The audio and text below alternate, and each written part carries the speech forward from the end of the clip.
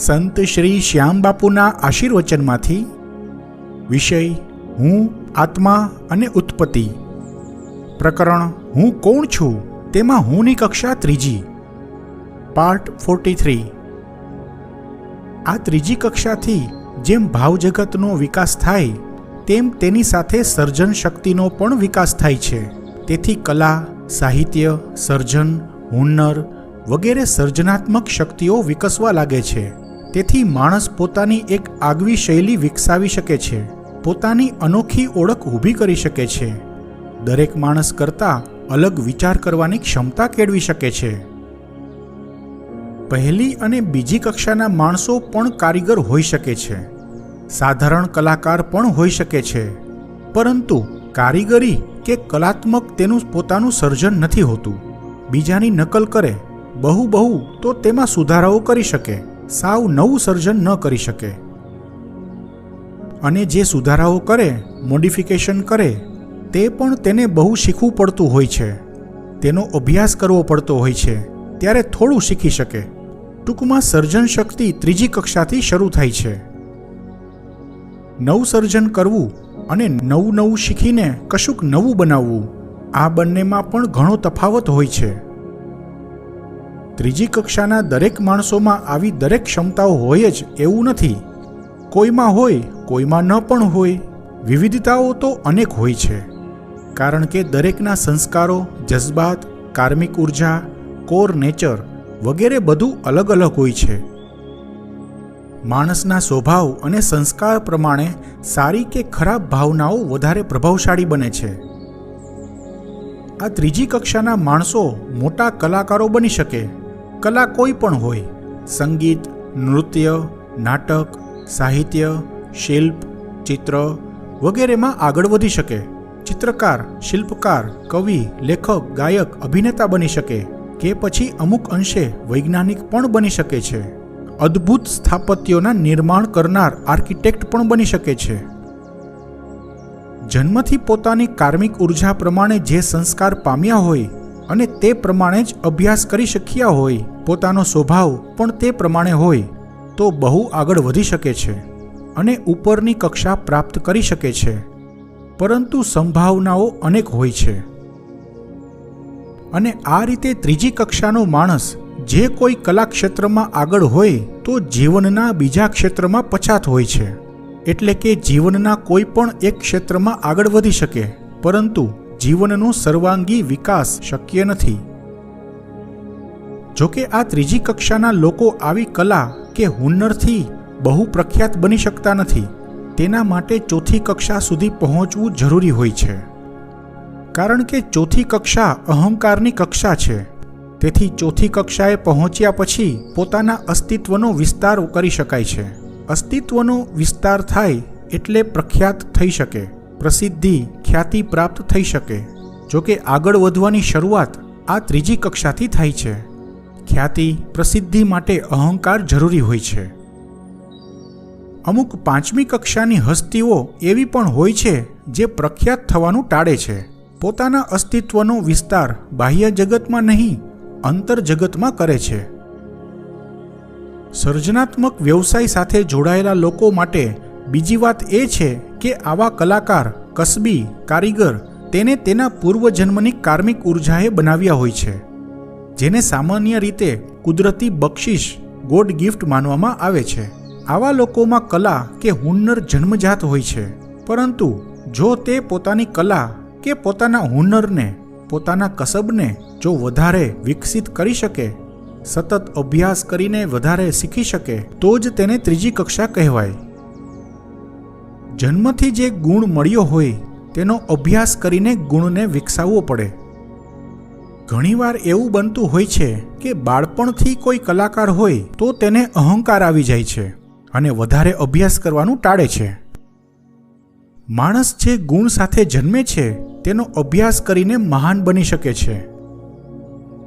કુદરતનું સર્જન વ્યવસ્થિત હોય છે, પરફેક્ટ હોય છે, પરંતુ કુદરત માણસને જે કંઈ ગુણ આપે છે તે 100% નથી હોતું। તેમાં માણસે પોતે પણ ઘણું યોગદાન આપવું પડે છે, તે ગુણને વિકસાવવો પડે છે, નહીં તો ત્રીજી કક્ષામાં શરૂઆતના જન્મમાં જ રહી જાય છે।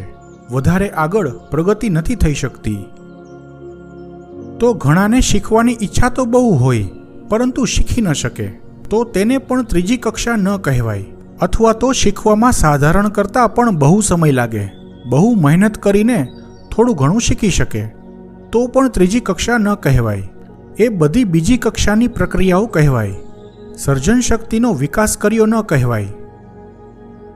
દરેક માણસ, પછી તે નાનો હોય કે મોટો માણસ હોય કે મહાપુરુષ હોય, દરેક મનુષ્યની પોતાની ભાવનાઓ, લાગણીઓના આધારે જ જિંદગી જીવતા હોય છે. અને જિંદગીમાં જે કંઈ પ્રાપ્ત કરે છે તેની પાછળનું પ્રેરણાબળ તેનું પોતાનું ભાવજગત હોય છે. એટલે કે પોતાના લાગણીઓ, ભાવનાત્મક વિચારો હોય છે. જિંદગીના દુઃખોથી દુઃખી થઈ બરબાદ થઈ જવું, કે દુઃખોને ચુનૌતી સમજી સામનો કરી સફળ થવું, સુખના નશામાં ચૂર થઈ આળસુ બની આરામ કરવો, કે પછી સુખમાં પણ સાવધાનીથી ભૌતિક જિંદગી સંભાળીને આત્માની જિંદગી માટે જ્ઞાનની પ્રક્રિયા ચાલુ રાખવી અને વધુને વધુ પ્રગતિ કરવી, આ બધું ભાવજગત પર આધારિત હોય છે. ખરેખર તો દુઃખ જ માણસને શીખવે છે કે ભૌતિક જિંદગીને બહેતર કઈ રીતે બનાવવી. સુખ નથી શીખવી શકતું. જો માણસની નજર શીખવાની હોય તો દરેક દુઃખ માણસને કંઈ ને કંઈ શીખવી જાય છે, પરંતુ માણસ દુઃખમાં દુઃખી થઈ આગળ વધવાની તક ગુમાવી દે છે. અને જીવનમાં સુખ એટલા માટે આવે છે કે સુખમાં માણસ આધ્યાત્મમાં આગળ વધી શકે, નહીં કે આરામ કરી જિંદગીનો સમય વ્યર્થ ખર્ચ્યા કરે. સુખ એટલા માટે જ મળે છે કે તમે આત્માની જિંદગી પ્રત્યે ધ્યાન આપી શકો અને જ્ઞાનપૂર્વક આગળ વધી શકો. આ બધી વાતો આ ભૌતિક યુગમાં સમજવી કઠિન છે, પરંતુ ખરેખર આનંદપૂર્વક જિંદગી જીવવાની આ સાચી રીત છે. માણસ બહારથી જે કંઈ બાહ્ય જ્ઞાન રૂપે માહિતીઓ પ્રાપ્ત કરે છે તે બધી યાદો હોય છે. તે બધામાંથી પોતાની ચિત્તવૃત્તિને અનુકૂળ માહિતીઓ જ વધારે લાંબો સમય યાદ રહે છે અને તેના પર વધારે આગળ વિચાર કરી શકે છે અને તેનું જ્ઞાન પ્રાપ્ત કરી શકે છે. બાકીની માહિતીઓ એટલે કે પોતાની ચિત્તવૃત્તિને અનુકૂળ ન હોય તેવી માહિતીઓ બહુ યાદ નથી રહેતી અને તેનું જ્ઞાન પણ પ્રાપ્ત નથી થઈ શકતું. જો પોતાની ચિત્તવૃત્તિને અનુકૂળ ન હોય તેવી માહિતીઓ કે યાદો કદાચ જો યાદ રહે તો તે દુઃખનું કારણ પણ બની શકે છે. જે બહુ સફળ વ્યક્તિઓ હોય છે, જે મહાપુરુષો હોય છે, તેઓ પોતાની ચિત્તવૃત્તિને અનુકૂળ ન હોય તેવી માહિતીઓને પણ સારી રીતે સંભાળીને રાખી શકે છે અને તેમાંથી પણ જ્ઞાન મેળવી શકે છે. આવું એટલા માટે શક્ય બને છે કે તેઓ પોતાના ભાવ જગતને સારી રીતે સંભાળી શકે છે, પોતાની લાગણીઓના પ્રવાહમાં તણાઈ નથી જતા, પરંતુ જ્ઞાનપૂર્વક લાગણીઓને સાચી દિશા આપી જીવન તરી જાય છે. માણસમાં ભૌતિક વિચારધારા હોય કે બૌદ્ધિક વિચારધારા હોય કે પછી આધ્યાત્મિક વિચારધારા હોય, પરંતુ પોતાના ક્ષેત્રમાં વધારે પ્રગતિ કરવા માટે માણસે પોતાના અંતર્મન સુધી પહોંચવું જ પડે છે. ભાવજગતના દોરી સંચાર પ્રમાણે જ તેને સફળતા કે નિષ્ફળતા પ્રાપ્ત થાય છે. બાળકનો જન્મ થાય ત્યારથી તેનું દિમાગ બધું યાદ રાખતું થઈ જાય છે. તેમાંથી અમુક યાદો તેના માનસિક જગતમાં બહુ વધારે ગહેરાઈમાં ભાવજગત સુધી પહોંચી જતી હોય છે અને તે યાદો સાથે ભાવજગત જોડાઈ જતું હોય છે અને આ યાદો સાથે માનસિક જગતની ગહેરાઈમાં આવેલ કાર્મિક બેંકમાં રહેલ પૂર્વ જન્મોની કાર્મિક ઉર્જા પણ જોડાઈ જતી હોય છે. બાળક જેમ જેમ મોટું થતું જાય તેમ તેમ તે પણ પોતાની ઈચ્છાઓ દ્વારા કર્મ કરે અને તે ઐચ્છિક કે સ્વૈચ્છિક કર્મો પણ કાર્મિક ઉર્જા બને. તે કાર્મિક ઉર્જા પણ કાર્મિક બેંકમાં જમા થતી જાય. પછી પૂર્વજન્મોની કાર્મિક ઉર્જા અને આ વર્તમાન જન્મની કાર્મિક ઉર્જામાં કોઈ ખાસ ભેદ રહેતો નથી. આ રીતે તે યાદોમાંથી બનેલા ભાવ વિચારો દ્વારા તેના માનસિક જગતનું અને ભાવ જગતનું વધારે સારી રીતે ઘડતર થતું હોય છે. તે કારણે માણસના સ્વભાવનું ઘડતર થતું જાય છે. એટલે કે પ્રેમ કે નફરત, કરુણા કે ક્રૂરતા, વિનમ્રતા કે ઉદ્વંતા, વિવેક કે અવિવેક વગેરે દ્વારા આઘાત પ્રત્યાઘાતની સંવેદનાઓ ઘડાતી જાય છે. તે સંવેદનાઓ દ્વારા ભાવનાઓ, જજ્બાત વગેરે ઉત્પન્ન થતા હોય છે અને દ્રઢ થતા હોય છે. આ રીતે આગળ જતા તે માણસમાં પસંદ નાપસંદ વિચારોની પેટર્ન, પોતાનો સારો કે ખરાબ દ્રષ્ટિકોણ વગેરે થતું હોય છે. આ રીતે માણસના વ્યક્તિત્વ વિકાસમાં પૂર્વજન્મોની કાર્મિક ઉર્જાનો ઘણો વધારે સહયોગ રહેલો હોય છે. ભાગ્યનું નિર્માણ પણ આ રીતે જ થતું હોય છે. ફક્ત કાર્મિક ઉર્જા દ્વારા ભાગ્ય ભોગવી ન શકાય. કાર્મિક ઉર્જા સાથે તેને અનુરૂપ ભાવ વિચારોનો સમન્વય થવો જોઈએ. માણસ જન્મ અને કર્મ બંનેના સહયોગથી મહાન બની શકે છે. માણસ જે ગુણ સાથે જન્મે છે તેનો અભ્યાસ કરીને મહાન બની શકે છે.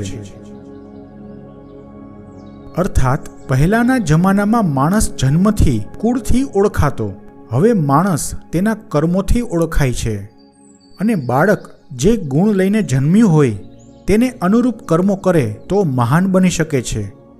તો મહત્વ કોનું, જન્મનું કે કર્મનું? મહત્વ જન્મનું કે કર્મનું તે સવાલ જ નથી. મહાનતાના ગુણ જન્મ અને કર્મ બંને સાથે જોડાયેલા હોય છે. લક્ષ્મી પિતાના વારસામાં મળી શકે, પરંતુ સરસ્વતીનો વારસો પોતાના પૂર્વજન્મનો હોય છે. નાનું 5-7 વર્ષનું બાળક જો સારું ગાઈ શકતું હોય, તે ગાયકીનો સાચી અને સારી રીતે સતત અભ્યાસ કરે તો વર્ષો પછી મોટો ગવૈયો બની શકે છે. અને અભ્યાસ છોડી દે તો તે ગુણ ગુમાવી દે છે.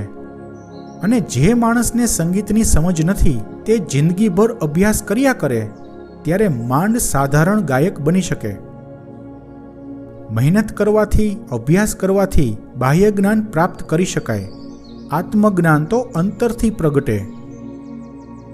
મોગલ વંશનો બાદશાહ બહાદુર શાહ ઝફરે શાયરાના અંદાજમાં સલ્તનત ગુમાવી. તેને જન્મની બાદશાહતની મહાનતા કામ ન આવી. ચંદ્રગુપ્ત મૌર્યને આચાર્ય ચાણક્યએ સાધારણ રાજકુમારમાંથી મહાન સમ્રાટ બનાવી દીધો, કારણ કે ચાણક્યએ તે છોકરામાં રહેલા મહાન બનવાના ગુણ પારખી લીધેલા. આવતા અંકમાં હું કોણ છું પ્રકરણમાં હુંની કક્ષા 3 ચાલુ રહેશે.